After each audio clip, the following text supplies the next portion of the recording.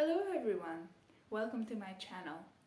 Today we are taking a bit of a break from our series about the Nobel Prize winning woman, and I will be doing a little reading vlog of this book, None of the Above, from Travis Alabanza, for Pride Month.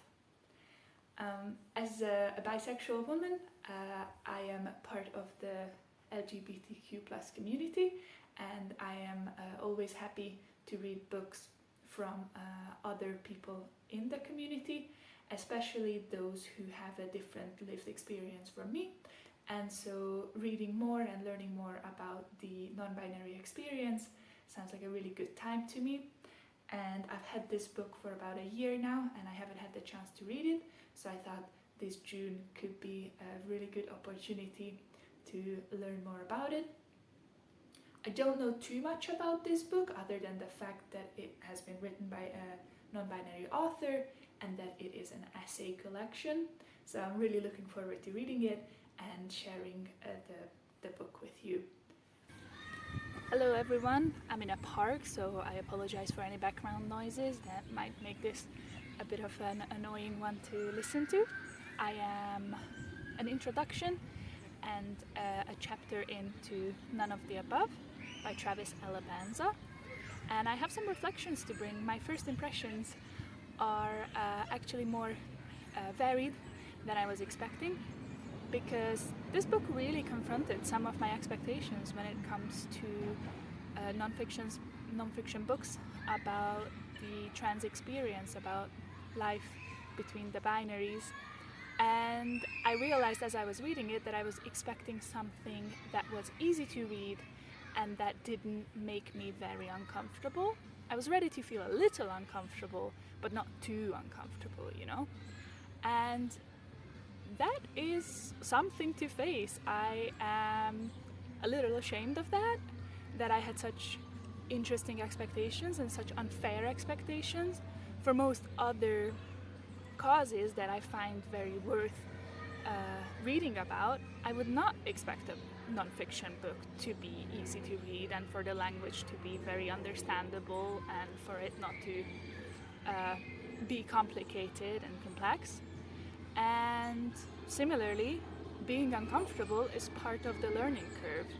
Feeling like I'm being called out is something I genuinely expect from non-fiction books when I'm trying to learn about a new topic. So when I felt quite uncomfortable by some of the sentiments in this book, I was a little surprised, and it was honestly good to be confronted with these biases in myself. The first chapter is entitled, not the C, that's the, oh yeah, here we go. So it's called, So When Did You Know? And it questions this narrative of a trans person must have this one big moment at which point they realize that they aren't like everyone else, and how this question and an answer to this question can really reinforce our social norms, our ideas that they are different and us cis people, well, we are normal to a certain degree. And it really misses the conversation of, if we are cis, if I am cis, how do I know that? Do I have an indicative moment when I came into my divine femininity? Or did I just go along with societal expectations and now here we are? And some people find that it is so uncomfortable to go along with the expectations that they, bit by bit, choose not to. And at one point, they might become visibly non-binary, and they might have to live with that, and it might still be worth it, but it's not this one big moment of realization, but it is smaller moments of joy, of happiness, and finding themselves in activities that might be considered feminine or masculine, or neither or both. So yeah, this is proving to be a bit of a challenging read linguistically for me, especially because English is not my first language. But at the same time, I am really happy that I'm being called out about these biases, because this is exactly what I want to be doing, to be a good ally to my trans friends and to be a good member and someone in the LGBTQ+ community that does not feel like a bit of a charade, a bit of a faker. We all have our internalized biases, and I really do want to confront them. So I'm hoping that this book will help me do that even more.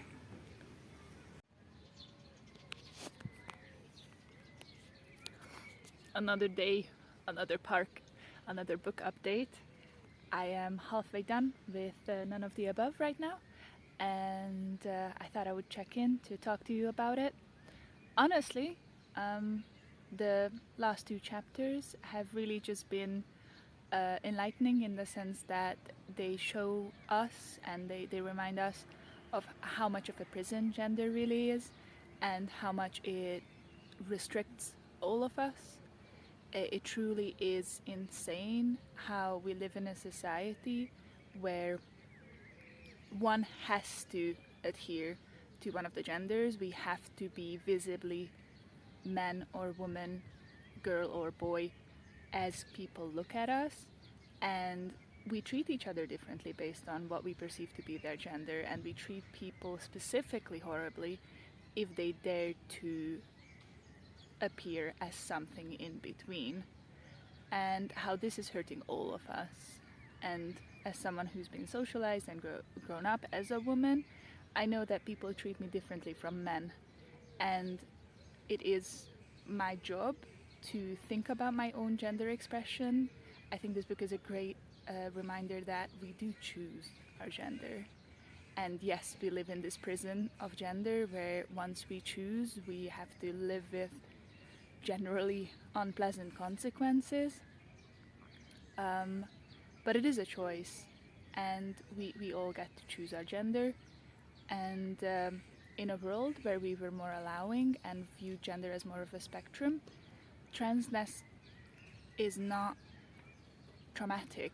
Transness is neutral as an experience. What makes it really difficult is actually other people. A person can be very happy and just express themselves the way they feel. There's no trauma in that. The trauma really comes from people throwing burgers at you and people telling you that you are not allowed to express yourself the way you are because they feel bad about it, because they are reminded that their gender is also a choice, that how they treat others is also a choice. And so, yeah, honestly, I am being reminded of how important my solidarity is, how trans rights are truly impacting all of us, and how we all live in this very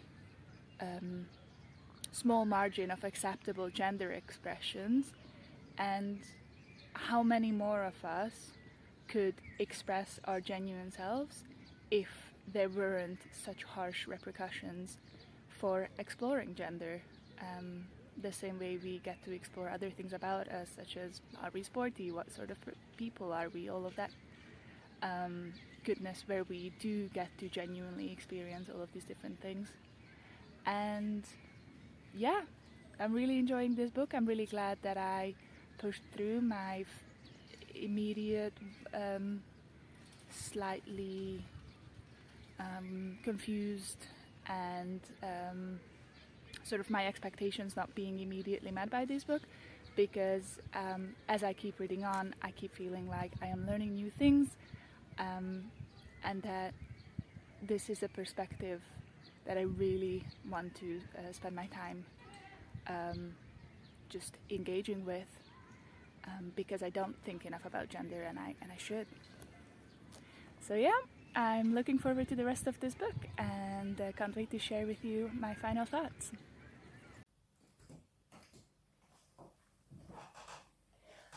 I'm back with None of the Above. I finished the book. It was amazing.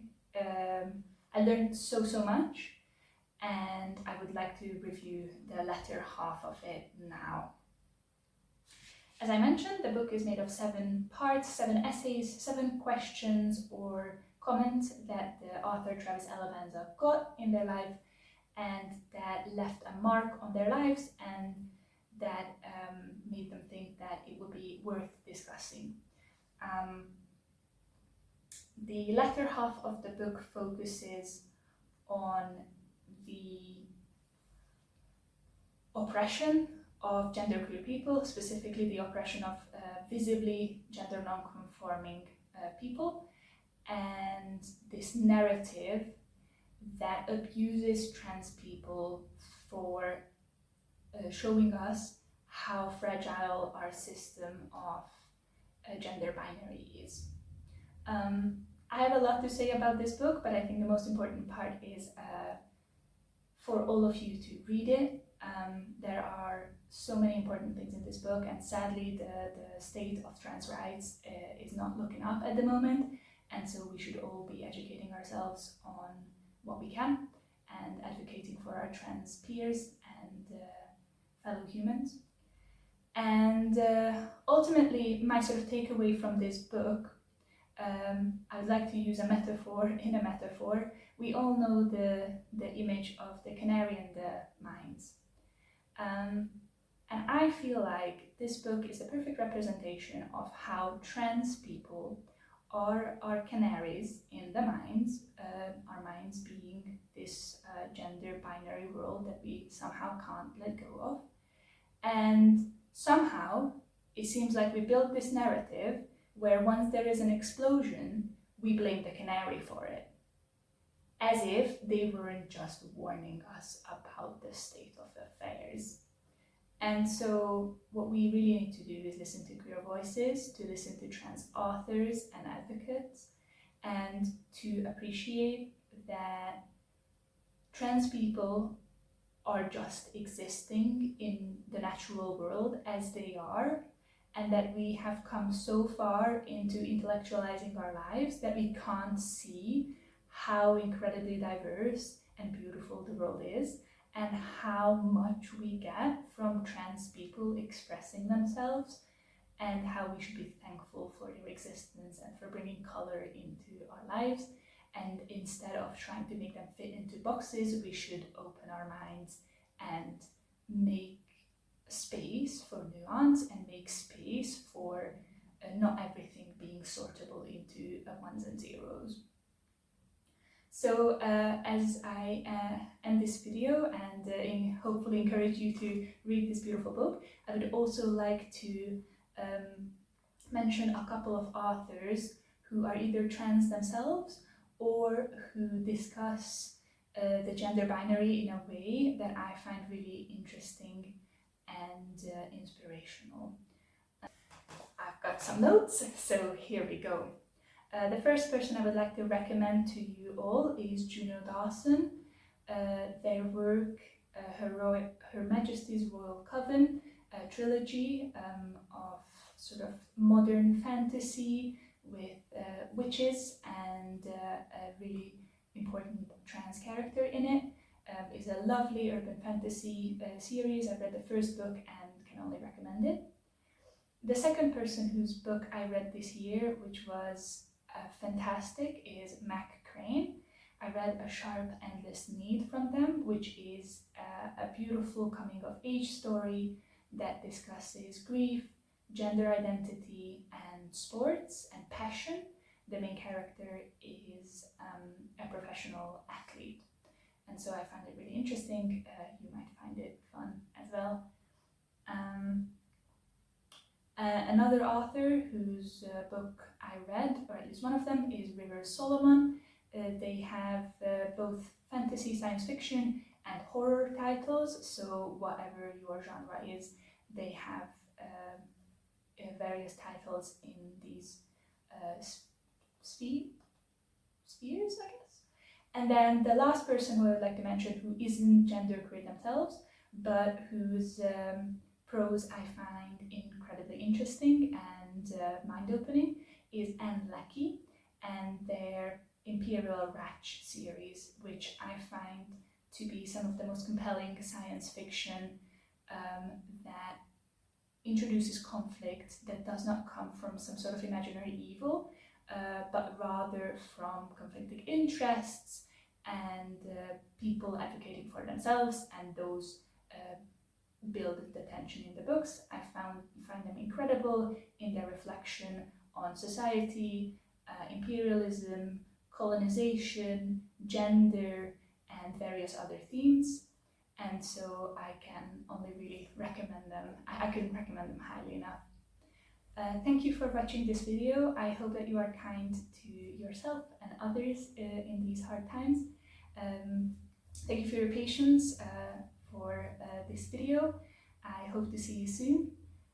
Bye!